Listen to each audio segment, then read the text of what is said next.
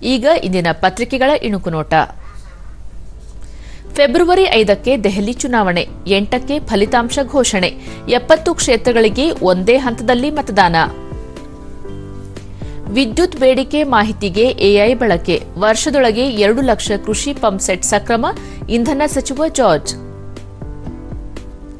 ಕುಲಪತಿ ಹುದ್ದೆಗೆ ನೇರ ನೇಮಕ, ಉದ್ಯಮ ತಜ್ಞರು, ಸಾರ್ವಜನಿಕ ಆಡಳಿತ, ನೀತಿ ನಿರೂಪಣೆ ಕ್ಷೇತ್ರದ ವೃತ್ತಿಪರರಿಗೆ ಅವಕಾಶ, ಯುಜಿಸಿ. ಎಚ್ಎಂಪಿ ವೈರಸ್ ಭೀತಿ ಬೇಡ, ಪರೀಕ್ಷೆ ಇಲ್ಲ, ಸಿಎಂ. ಎಚ್ಎಂಪಿವಿ ಮಾರಣಾಂತಿಕವಲ್ಲ, ಸೋಂಕು ಹರಡದಂತೆ ಕ್ರಮ. ಮಲೇಷ್ಯಾ ಓಪನ್ ಪ್ರೀ ಕ್ವಾರ್ಟರ್ಗೆ ಟ್ರೀಸಾ ಗಾಯತ್ರಿ. ಇವು ಇಂದಿನ ಪತ್ರಿಕೆಗಳ ಪ್ರಮುಖ ಸುದ್ದಿ. ಉಳಿದಂತೆ ರಾಜ್ಯದಲ್ಲಿ ನೂತನ ಜವಳಿ ನೀತಿ ಜಾರಿಗೆ ಸಿದ್ಧತೆ, 15 ದಿನಗಳ ರಾಷ್ಟ್ರೀಯ ಕೈಮಗ್ಗ ಮೇಳಕ್ಕೆ ಚಾಲನೆ, ಸಚಿವ ಶಿವಾನಂದ ಪಾಟೀಲ್ ಮಾಹಿತಿ.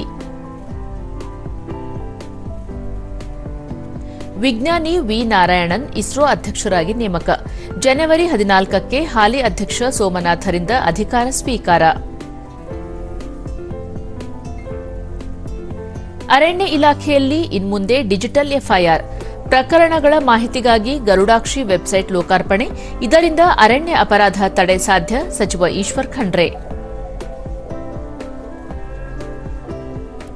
ಟಿಬೆಟ್ನಲ್ಲಿ ಪ್ರಬಲ ಭೂಕಂಪಕ್ಕೆ 126 ಜನರ ಸಾವು.